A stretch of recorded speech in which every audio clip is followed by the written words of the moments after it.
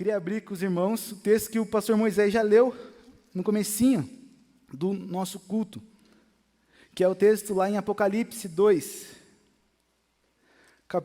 Apocalipse 2, versículo 8. Nós estamos falando a respeito das cartas, né, de Apocalipse, onde João, né, Deus, Jesus, fala com João, João então transmite essas cartas, né, dos anjos para as igrejas, as 7 igrejas ali que são conhecidas da Ásia Menor. E aqui nós vemos a segunda igreja. Nós já estamos aqui há 3 domingos falando sobre as igrejas. Semana passada falamos sobre a igreja de Éfeso e esse domingo vamos falar sobre a igreja de Esmina. E vai ser bom demais. Creio que Deus vai falar muito ao seu coração nessa manhã. Se você abriu aí comigo, Apocalipse 2, a partir do versículo 8, diz o seguinte: ao anjo da igreja de Esmina, escreve: estas coisas diz o primeiro e o último, que esteve morto e tornou viver. Conheço a tua tribulação, a tua pobreza, mas tu és rico, e a blasfêmia que a si mesmos se declaram judeus e não são, sendo antes sinagoga de Satanás. Não temais as coisas que têm de sofrer. Eis que o diabo está para lançar em prisões algum dentre vós, para seres posto à prova. E tereis tribulações de 10 dias. Sê fiel até a morte, e dar-te-ei a coroa da vida. Quem tem ouvidos para ouvir, ouça o que o Espírito diz à igreja. O vencedor, de modo nenhum, sofrerá dano da segunda morte. Amém? Vamos orar? Deus, obrigado, Senhor, por essa manhã preciosa que o Senhor nos dá, ó Pai. Manhã onde as suas misericórdias se renovaram, manhã onde nós podemos estar aqui para cultuar ao Senhor com nossos irmãos, manhã onde nós podemos mais uma vez aprender a tua santa palavra, Jesus. Que nessa hora o Senhor possa falar aos nossos corações, como nós cremos que durante todo o culto o Senhor já tem falado, Senhor, através dos cânticos, dos louvores, da comunhão entre os irmãos.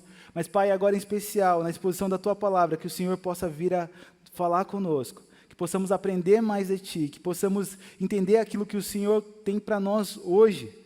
Ó Pai, não para aquele irmão que está longe, mas para o que o Senhor tem para nós hoje. Que o Senhor possa falar aos nossos corações, transformar as nossas vidas para a tua honra e para a tua glória, Pai. Tem misericórdia da minha vida, usa a minha vida aqui nessa manhã, Senhor, para transmitir a tua palavra com fidelidade, com amor e com paixão, Pai. Nós louvamos a Ti por tudo que o Senhor faz, por tudo que o Senhor é, por o Senhor ser um Deus tão bom, tão maravilhoso, um Deus tão incrível, um Deus tão poderoso, que opera em todas as circunstâncias da nossa vida. E nós louvamos a Ti por isso, ó Pai. Em nome de Cristo Jesus, aqui oramos. Amém, Deus.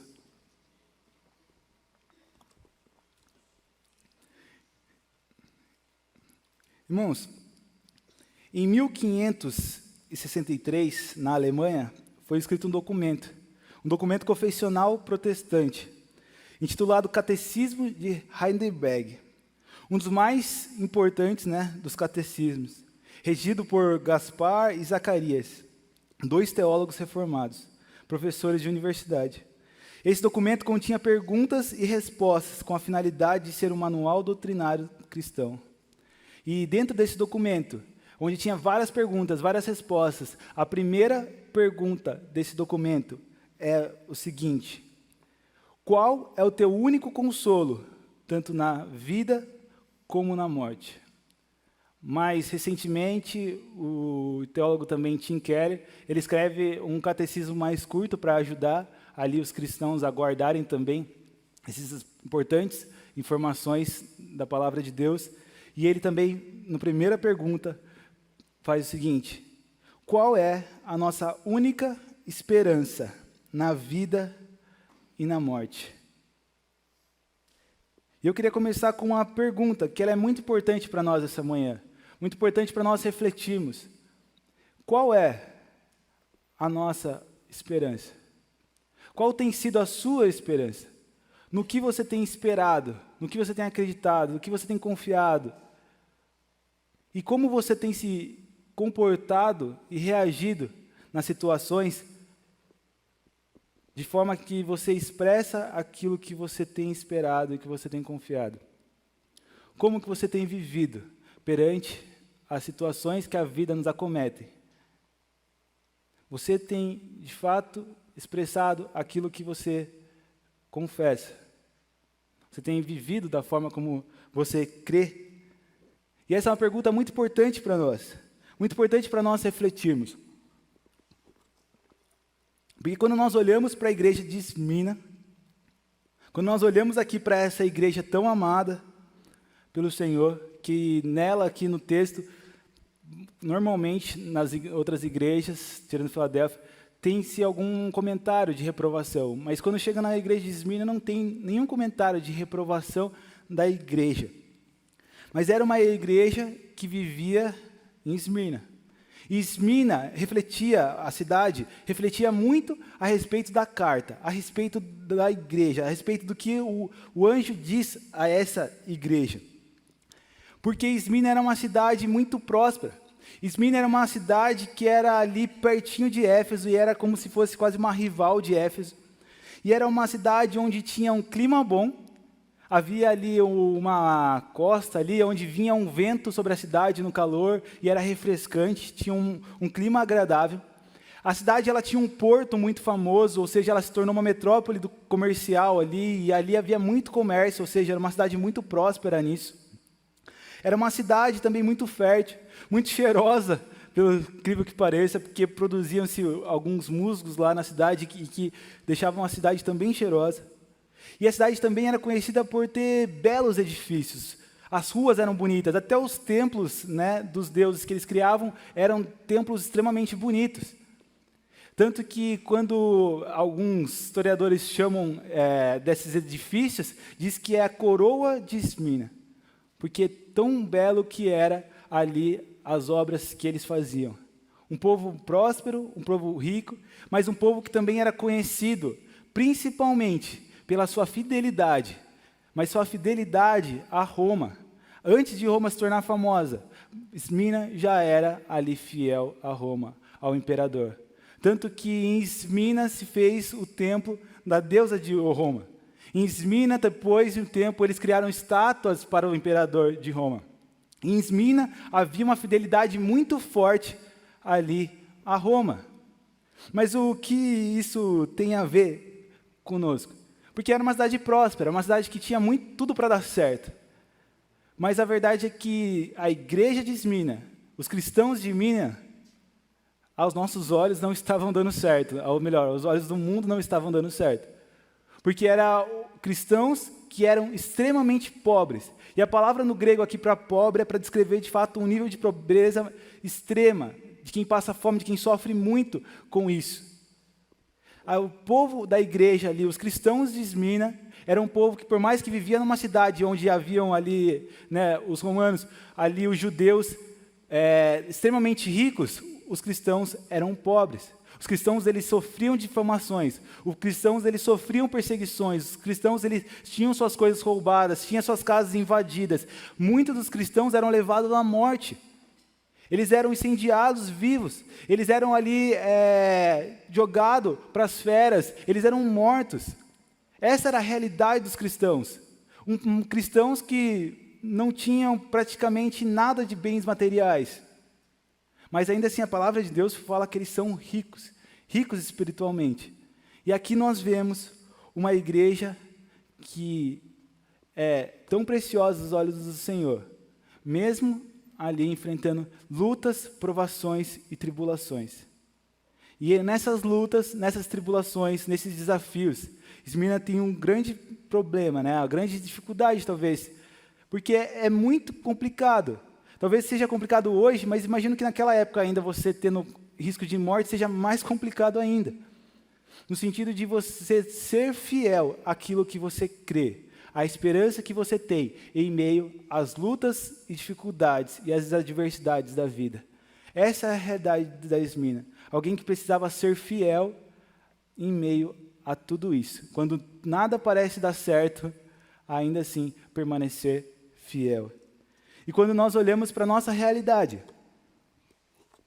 para os dias de hoje, nós também sofremos, talvez de forma diferente do povo de Esmina, mas temos nossas provações, temos nossas dificuldades, cada um com a sua, temos nossas provações.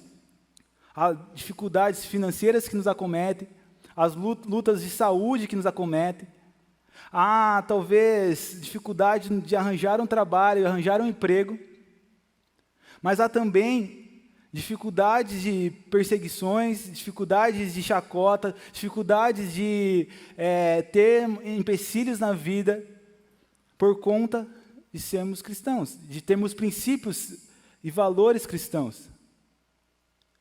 A nossa realidade talvez não seja tão parecida assim com a de Esmina, mas também nós enfrentamos isso. E a igreja de Esmina tem muito a nos ensinar nessa noite, de como nós devemos reagir a tudo isso. A carta à igreja de Esmina tem muito a nos ensinar. Mas hoje eu queria refletir com você e pensar mais um pouco a respeito de que, perante a tudo que você tem enfrentado, a forma como você tem vivido, as coisas que te acometem, as adversidades que você enfrenta, se perante a tudo isso, você tem permanecido fiel ao Senhor. Se a tua fidelidade tem sido ao Senhor. Porque muitas vezes nós estamos diante de roda de amigos, onde dentro do nosso serviço, todos fazem aquilo que é de errado, mas eu preciso me comportar diferente. E eu tenho sido fiel ao Senhor. Quando eu estou em casa, nas minhas escolhas do dia a dia, eu tenho sido fiel ao Senhor. Quando minha família passa por dificuldades, por problemas, pelo meu relacionamento, no meu casamento, nos pais com os filhos, filhos que estão longe do Senhor, filhos que não obedecem, pais que não entendem, tudo isso, eu tenho sido fiel ao Senhor. Eu tenho continuado fiel ao Senhor, mesmo em meio às dificuldades que me acometem, que acometem o meu coração. Quando a tristeza vem, quando a doença vem, quando o luto vem, quando tudo vem, eu permaneço fiel ao Senhor. E essa fidelidade diz respeito a permanecer junto do Senhor, diz respeito a estar e ter um compromisso com a palavra do Senhor, e compromisso com aquilo que o Senhor nos orienta a viver, a forma como o Senhor nos orienta a viver. Eu tenho permanecido nesse caminho. É uma reflexão muito importante para nós nessa noite, porque muitas vezes no meio das lutas, das dificuldades, nós acabamos relativizando as coisas, acabamos cedendo a tentações, acabamos ali indo para outros caminhos, mas a palavra do Senhor nos ensina e nos orienta a permanecermos fiéis ao Senhor. E é isso que nós olhamos quando nós vemos para a igreja de Esmina.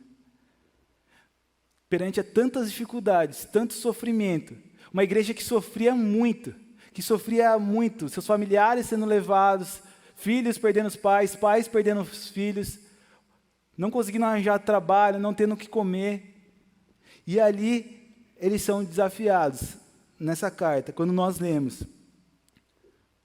a permanecerem firmes. E eu queria que você lesse comigo agora, novamente, o versículo 9, o 10 e o 11. Vamos ler tudo então aqui, ó. São 4 versículos só, a gente já reforça. Ao anjo da igreja de Esmina, escreve: essas coisas, diz o primeiro e o último, que esteve morto, tornou a viver. Conheço a tua tribulação, a tua pobreza, mas tu és rico. E a blasfêmia dos que a si mesmos se declaram judeus e não são, sendo antes sinagogas de Satanás. E não temas as coisas que tens de sofrer, eis que o diabo está para lançar em prisões algum dentre vós, para ser disposto à prova. E tereis tribulação de 10 dias. Sê fiel até a morte, e dar-te-ei a coroa da vida. Quem tem ouvidos, ouça o que o Espírito diz à igreja. O vencedor, de modo nenhum, sofrerá o dano da segunda morte. Meus irmãos, quando a igreja sofre, quando a igreja de Esmina está sofrendo, com muitas lutas, a palavra do Senhor para a igreja é: eu conheço as tuas tribulações, eu conheço as suas dificuldades, eu sei que estão blasfemando contra você, eu sei que os judeus estão indo contra vocês, quando na verdade era para eles irem a favor de vocês, eles estão indo contra vocês, dificultando tudo, denunciando vocês, blasfemando contra vocês, caluniando contra vocês. Eu sei que as dificuldades financeiras também estão grandes, eu sei que as lutas são difíceis, mas eu conheço a tribulação que vocês passam. Eu sei o que vocês estão passando. Nosso Deus não é um Deus de longe, mas um Deus de perto, um Deus que conhece as nossas tribulações. E é um Deus que conhecia as tribulações da igreja. Mas ele anuncia ali, não só que ele conhecia as tribulações, mas ele diz, não temam, não temam, tenham paz e continuem fiéis. Porque se vocês continuarem fiéis, eu te darei a coroa da vida. Vocês não sofrerão dano da segunda morte. E quando ele fala isso, é importante para nós entendermos algumas coisas, que eu disse que a cidade tinha a ver muito com isso. Quando nós olhamos essa coroa da vida, a ideia, às vezes a gente pensa numa coroa de ouro cheia de pedrinhas, mas quando a palavra de Deus fala dessa coroa, ela também está se referindo à própria cidade de Esmirna, que tinha seus jogos ali olímpicos e suas tradições, que alguém muito honrado ia lá e ia ganhar uma coroa de louro, aquela coroa que a gente conhece, sabe, das Olimpíadas e tudo mais. A ideia aqui é que aquele que chegar ao final receberá de fato essa coroa de quem completou a caminhada, de quem guardou a fé, de quem lutou um bom combate e agora desfrutará para sempre da vida com o Senhor, da vida. Ele não viverá o dano da primeira morte, poderá viver, o dano da primeira morte, da morte física, mas da morte espiritual, essa não lhe causará dano, porque aquele que prometeu é aquele que venceu a morte. É aquele que morreu, mas tornou a viver. E quando nós olhamos para isso, nós vemos que Ele, Jesus Cristo, aquele que fala que nas tribulações de Esmirna, Ele conhece as tribulações, Ele conhece os problemas, Ele conhece as dificuldades. Esse Deus, esse Jesus, é aquele que de fato conhece. Ele conhece porque Ele viveu. E porque Ele viveu entre nós, Ele viveu na humanidade, Ele curou, Ele transformou o povo, Ele foi de encontro aos necessitados, Ele fez tantas coisas, tantos milagres, tantas maravilhas, mas ainda assim foi caluniado, blasfemado, perseguido. Ainda assim colocaram Ele diante ali da cruz do Calvário. Nós o matamos, o Filho de Deus. Ele veio para a terra para morrer, pela minha vida e pela sua vida. Mas a boa notícia é que a cruz não foi o fim da história, o cruz não parou ali, mas nosso rei, ele ressuscitou, aquele que antes morreu agora tornou a viver, aquele que estava ali e antes recebeu uma coroa de espinhos, agora estava ali recebendo a coroa da criação, aquele que vivia e era exaltado para todo sempre. E quando nós olhamos para isso, quando nós olhamos para essa morte de Cristo, nós vemos que Ele é aquele que, como em Filipenses 2 fala, aquele que foi obediente e obediente até a morte, e morte de cruz. E Deus o Pai o exaltou, e acima de todo nome, para que todo joelho, toda língua confesse que Jesus Cristo é o Senhor. Não César, não homens, não governos, mas Jesus Cristo é o Senhor, para a glória de Deus Pai. E agora quando nós olhamos para isso, nós vemos que através da vida de Jesus, através ali da ressurreição de Jesus, nós temos uma esperança, porque aquele que morreu e tornou a viver também prometeu que voltaria e nos buscaria. Então, quando nós olhamos para isso, quando nós olhamos para a igreja de Esmirna, quando olhamos para a nossa vida, vemos agora que, talvez nas tribulações que passamos, talvez nas lutas que temos, enfrentamos, talvez nas dificuldades da nossa vida, nós podemos ter uma esperança de que não nós, mas Cristo vive em nós. E quando eu li aqui no começo a respeito do catecismo, e o catecismo fala lá que qual é a nossa única esperança na vida e na morte. E a resposta é que não somos de nós mesmos, mas pertencemos de corpo e alma, na vida e na morte, ao nosso Senhor Jesus Cristo. Quer vivamos, quer morramos, somos do Senhor. Se vivemos, vivemos para o Senhor. Se morremos, morremos com o Senhor. E aqui, quando nós olhamos para a nossa esperança, para a esperança que há em Cristo Jesus, nós olhamos que não somos mais nós mesmos, e quando nós vivemos com o Senhor, e vivemos para Ele, e obedecemos aquilo fielmente. Mas quando nós morremos, nós também somos o Senhor, e aquele que prometeu é aquele que cumpre. Aquele que começou a boa obra é aquele que é fiel para terminar. Aquele que um dia disse que nos buscaria e nos levaria para o Pai é aquele que cumpre aquilo que fala. Essa é a nossa esperança. A nossa única esperança de que não somos mais de nós mesmos, mas somos do Senhor. E essa esperança deve motivar o nosso coração, deve aquecer o nosso coração a obedecer, a ser fiel. Não há como sermos fiéis, não há como obedecermos, como vivemos em fidelidade com o Senhor, se não olhamos para o alto, se não olhamos para a nossa esperança, se não temos Cristo como nossa esperança, como aquele que de fato é o que move nossas vidas. Pedro fala a respeito da viva esperança que nos move, e é essa viva esperança que nós devemos viver. Só conseguimos obedecer, irmãos, aqui na terra, quando nós olhamos para o céu. Nós só conseguimos viver uma vida fiéis até a morte, quando nós olhamos para a vida eterna. E é isso que a igreja de Esmina é encorajada a viver, a olhar para a eternidade, não para o tempo presente, mas para aquilo que viria, e ser fiel até a morte, porque se morressem, morreriam com o Senhor. E aquele que prometeu daria a coroa da vida, muito melhor do que a coroa de louro que poderia recompensar humanos, mas a coroa do Senhor, do qual é estar com Ele para todo sempre, conhecer Ele, prosseguir em conhecer aquele que é o nosso Pai. Quando Calvino ele vem refletir sobre a respeito dessa questão de sermos o Senhor, ele diz o seguinte: somos de Deus, portanto, devemos viver e morrer por Ele. Somos de Deus, que a sabedoria, ou a sua sabedoria e a sua vontade, portanto, governem todos os nossos atos. Somos de Deus, assim que todas as áreas de nossa vida lutem por Ele como nosso único alvo legítimo. Tudo que fazemos, todos os nossos atos, tudo que pensamos, imaginamos, sonhamos, que tudo possa viver para Ele. Pedro ele fala, lá em 1 Pedro 3,15, um versículo que é fundamental para nós. Ele fala: antes santificai o vosso corações a Cristo como Senhor. Estais sempre preparado para responder com mansidão e temor a todo aquele que vos pedir a razão e a esperança que há em vós.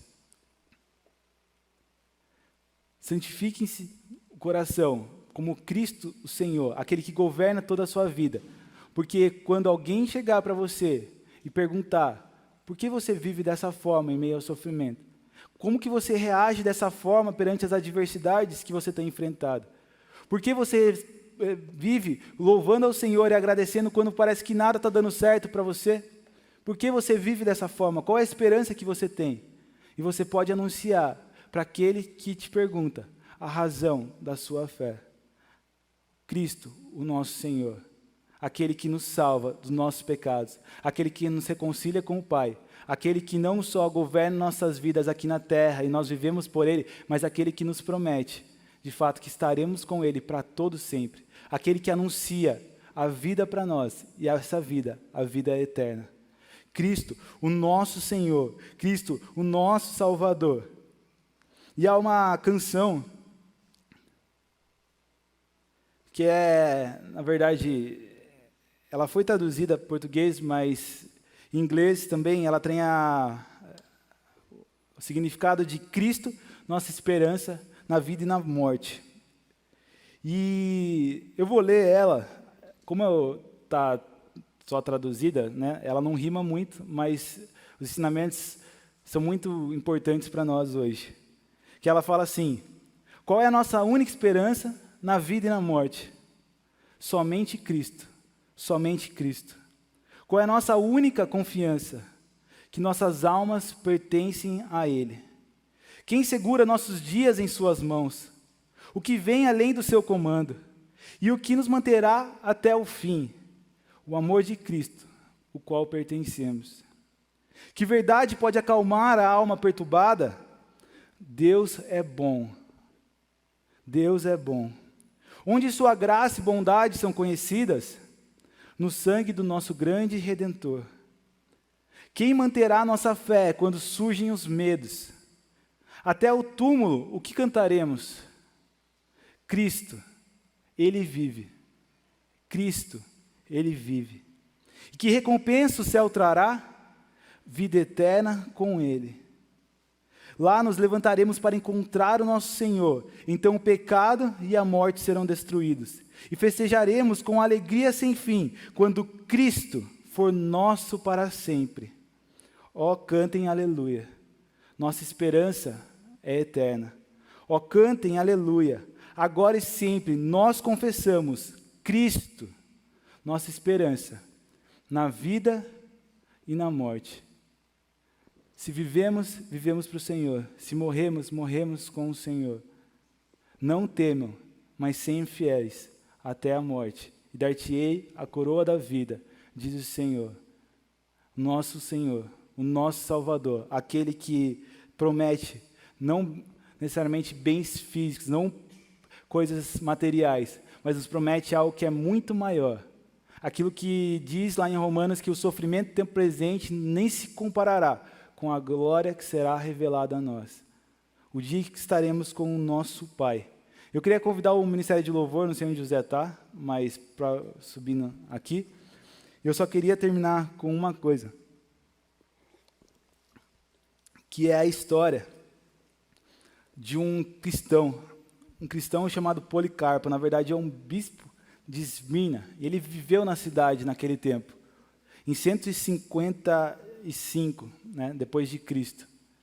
E esse bispo, a história ficou muito conhecida, porque tamanho eram as dificuldades ali, tamanho eram as lutas, mas ele viveu por 86 anos, lutando e vivendo e obedecendo e sendo fiel.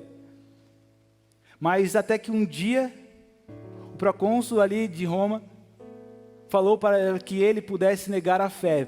Pediu e ordenou que ele negasse a fé, que ele blasfemasse Jesus, senão ele morreria. E há uma frase que ficou muito marcada, que ele diz o seguinte: servi a Cristo por 86 anos, e Ele sempre foi bom comigo. Como posso blasfemar o Rei que me salvou? Logo depois, Policarpo foi morto, queimado vivo, pela sua fé, mas permaneceu fiel até o fim. Que nós, hoje, possamos olhar e pensar que talvez aquilo que nós temos passado, talvez o que você tem passado, meu irmão, seja difícil demais, as lutas são grandes demais, os desafios são grandes demais, mas lembre-se disso, não temas, mas ser fiel, viva com fidelidade, compromisso com Deus, permaneça correto diante do Senhor, junto do Senhor, nas mais difíceis lutas, porque o Senhor é aquele que está do nosso lado, é aquele que nos capacita, que nos sustenta, aquele que nos ajuda a caminhar e a passar por toda e qualquer dificuldade, e é aquele no qual promete algo que é muito maior e muito mais poderoso, que é a vida eterna, a vida com Ele, a coroa da vida. E que assim possamos passar pelas prisões até chegarmos em casa, pelas provações até o dia do descanso, pelos sofrimentos até que venha a paz, pelas perseguições até o grande encontro, pelas lutas até a majestosa vitória, pela cruz até a coroa, por esse mundo, com Cristo, por Cristo e até Cristo, quando estaremos com Ele para todo sempre. Amém?